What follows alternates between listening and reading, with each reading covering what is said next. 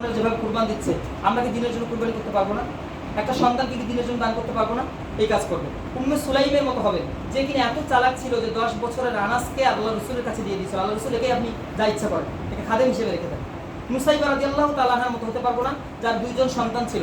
ইয়ামামার যুদ্ধে যখন মুসাইলামার বিরুদ্ধে তার এক সন্তানকে পাঠানো হয়, তখন এই লোক তাকে বেঁধে রেখেছিল এবং বলতো যে বল আমি নবী।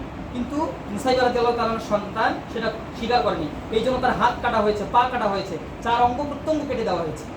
যখন মুসাইবা রাদিয়াল্লাহু তাআলার কাছে এই সংবাদ আসে, আমরা হলে কি করতাম? সহ্য করতে পারতাম? আমাদের সন্তানকে এইভাবে নির্মমভাবে নির্যাতন করা হয়েছে।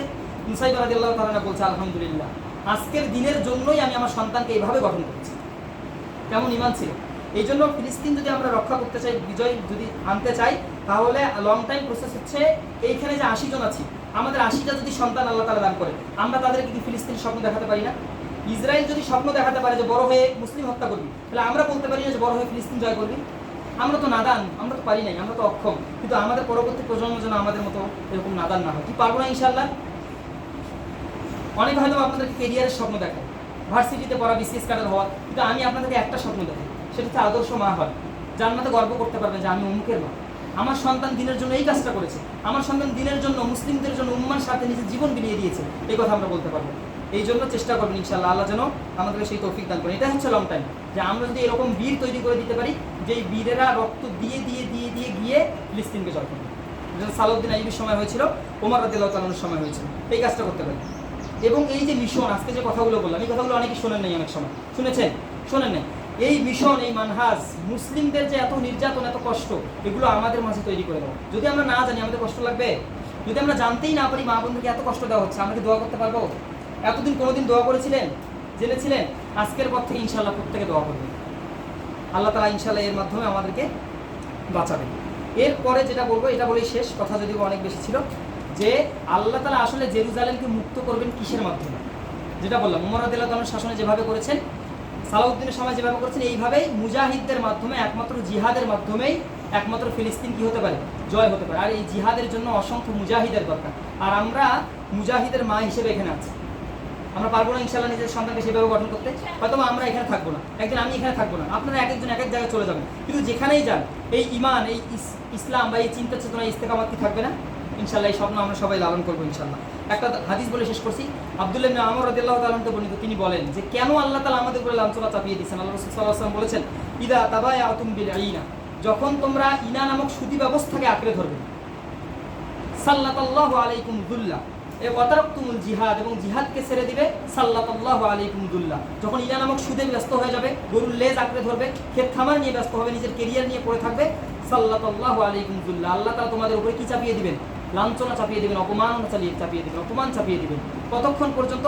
হাত্তা তারজিউ ইলা দীনিকুম, যতক্ষণ না তোমরা তোমাদের দ্বীনের মূলে ফিরে আসো। আর দ্বীনের মূলে ফিরে আসা মানে হচ্ছে আল্লাহর পথে সংগ্রাম করা, আল্লাহর রাস্তায় সশস্ত্র বিপ্লব করা, যেটা আসলে আমরা অনেকে বলতে ভয় করি। এর মাধ্যমে চোখ রাঙানি দিয়ে, কিসাসের মাধ্যমে ছাড়া আসলে ইসরায়েল থেকে ফিলিস্তিনকে মুক্ত করার কোনো সুযোগ নেই।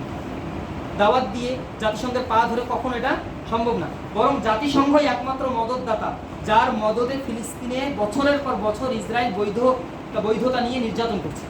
অথচ আমরা কিছু হলে তার কাছে যাই। আল্লাহ সুবহানাহু ওয়া তাআলা আমাদেরকে সব বোঝার তৌফিক দান করুন। আল্লাহ তাআলা আমাদের ফিলিস্তিনের মুসলিম ভাইদেরকে ইস্তেকামাত দান করুন। আমাদের যে সমস্ত ছোট ছোট বাচ্চারা মারা যাচ্ছে, আল্লাহ সুবহানাহু ওয়া তাআলা তাদেরকে জান্নাতের নিয়ামত দান করুন। আল্লাহ তাআলা তাদের ক্ষুধা, কষ্ট, এই ভয়, এই সমস্তকে নিরাপত্তা দ্বারা পরিবর্তন করে দেন। আল্লাহ তাআলা আমরা যে নির্লিপ্ত হয়ে আছি, আমরা তাদের জন্য কিছু করতে পারছি না, আল্লাহ তাআলা আমাদেরকে কিছু করার তৌফিক দান করুন। আল্লাহ তাআলা তাদের জন্য দোয়া করার তৌফিক দান করুন। আমাদের সাধ্যে যতটুকু কুলায়, আর্থিক সঙ্গতি দিয়ে হোক, আর্থিক সামর্থ্য দিয়ে হোক, দোয়া দিয়ে হোক, আল্লাহ সুবহানাহু ওয়া তাআলা যেন আমাদেরকে তৌফিক দান করে, তাদেরকে সাহায্য করেন। আল্লাহ তাআলা আমাদেরকে এমন এক প্রজন্ম তৈরি করার তৌফিক দান করুন, যেই প্রজন্ম আমাদের মতো মুনাফিক নাদান হবে না, যারা ফিলিস্তিনের মুসলিমদের জন্য সত্যিকার অর্থে কাজ করতে পারবে। আল্লাহ সুবহানাহু ওয়া তাআলা আমাদেরকে তৌফিক দান করুন। সাল্লাল্লাহু আমিন। আল্লাহ তাআলা আমাদেরকে, আমাদের মা বোনদেরকে নির্যাতনের হাত থেকে হেফাজত করুন। যে কোনো ধরনের কুফফারদের আগ্রাসন, যেটা বাংলাদেশেও ধেয়ে আসতে পারে, এটা অনেক অন্য পারপাস ছিল, তো এইরকম আগ্রাসন থেকে যেন আল্লাহ তাআলা আমাদেরকে হেফাজত করে, সেই তৌফিক দান করুন। সাল্লাল্লাহু আমিন। আজকের পর থেকে সবাই ইনশাআল্লাহ দোয়া করবো। কি পারবো না? সবাই আল্লাহর কাছে দোয়া করবো ফিলিস্তিনের মুসলিমদের জন্য।